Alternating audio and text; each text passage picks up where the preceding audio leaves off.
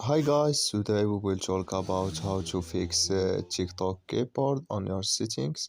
You just click here, come here to settings, you click here on settings, then you come to settings window here like you say, and you just go down, then you click here on apps, then you come to apps window here like you say, and you just go down here to looking for TikTok app here in this window. You just go to found TikTok app and you click here on TikTok, then you come to app info here and you just click here on for stop, then you click here on OK and you just go down, you click here on storage, then you come to storage window, you click here on clear cache, then you click here on clear data, and you just turn off your phone and turn on it, and it's going to work with you.